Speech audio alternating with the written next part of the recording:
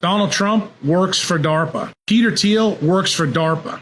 J.D. Vance is DARPA, okay? That's who's running this game. And Russians try to warn us. The Russians took a pulse microwave device and pointed it at the U.S. Embassy in Moscow from 1967 all the way to 1973.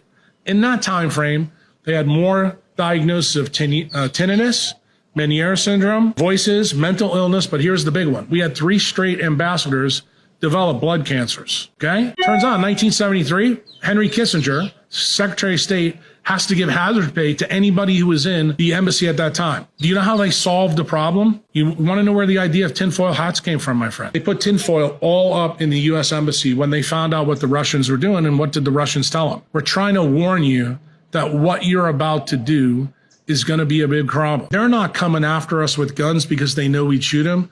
They're coming after us with needles to kill us. And they're using electromagnetic radiation to do this silently so that we have no earthly idea what's really going on. They can use light frequencies to destroy the leptin melanocortin pathways in the brain to control people. They are using an angle of attack that none of you are prepared for. Not one of you. In fact, most of you are walking right into their hands because all of you are addicted to what the technocrats are selling you. We find out that every jab, not just the Pfizer one, every single one out there, including the one that was used in China, has 51 to 55 elements that are not supposed to be in there. You want to find out the really interesting part? All jabs have 100% chromium in them. Do you know why they pick chromium? It has a +6 oxidation state. What does that mean? It means it's a much more tunable atom when it interacts with electromagnetic radiation. Want to hear something even crazier?